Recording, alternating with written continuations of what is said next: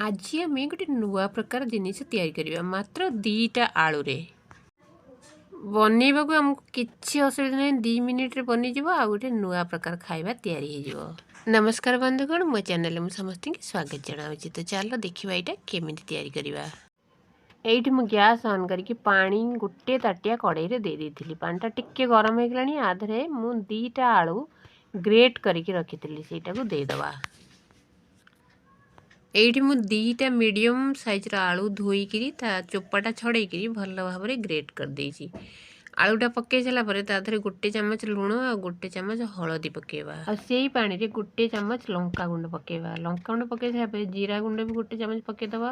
आ एइठी मु गोलमरीच गुंड अध चमच पकेली। पकई सारा पर धनिया पत्र काटिक रखिथिली सेथुरु किछिटा पकेदवा। पकई सारा पर भल भाव में जिनिसटा को गोळेई दवा। गोळेवा बेसी समय नुह अल्प समय गोळेई दवा जेमति पानी रे गोटे फुटिबा गोटे चली आसो से पर्यंत आम यहाँ को गोलेवा कहीं आम आ भितर 2टा आलू ग्रेट करके पकईचु। आलूटा भल भाव में सीझा दरकार। जिते भल कि ना पानीटा फुटिज से आम आ भितर गोटाए ताटिया चाउल गुंड पकईदवा। यहाँ मुझे चाउल गुंड करुँची आपन चाहिए यहाँ सुजी भी करें मैदारे भी करें। एइठी फ्लेमटा लो करके आम भल भाव में गोले दबा कहीं आ भितर सब मसला गुड़ा पड़ी धनिया पत्र पड़ी आलू भी पड़ी। तो से टिके समय गोले सारा पर पानीटा पूरा सुखे दबा। पूरा सुखिला करी अटा गोला भाया करदबा। ये देखूँ मो पूरा पानीटा सुखे देइछि। सुखेकरी गोटे कांगुलारे मुझे को ओजाड़ी देली।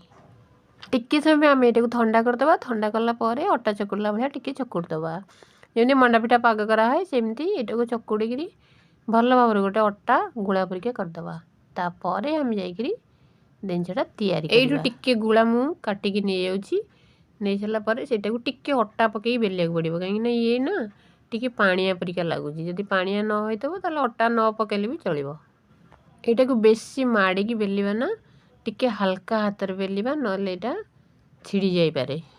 गोल गोटे छोट पूरी भला करदेल। पूरी भला कर सारा पर मझे टी धनिया पत्र देदबा। धनिया पत्र कला जीरा टी देदबा खाली भल देखा बोली आ खाइबा को भी टेस्ट लगे। खाली भल देखा कह चलो ना। आ ये देख पिला माने बहुत खुशी हे। साइड रू टिके टिके खाली काटिदब। यही परिका सब गुड़ा बनईकी रखीदेवी। देखा खूब ही सुंदर लगुच। खाली देखा नुह खाया भी बढ़िया लगे। चलो एमती सब गुड़ा करके आम यहाँ छाणीदबा। करने को बेसी समय लगभग 3 ରୁ 4 मिनिट तो लगे पक्का। ये तेलटा गरम हो गलानी तेल रे गोटे गोटे पकईदबा। यहाँ कि बेसी गरम तेल पकड़े पोड़ीज और बेसी ठंडा तेल पकड़े नरम हो मीडियम देखी तेल पकड़ा पड़ो ना हैरान हो पुणी।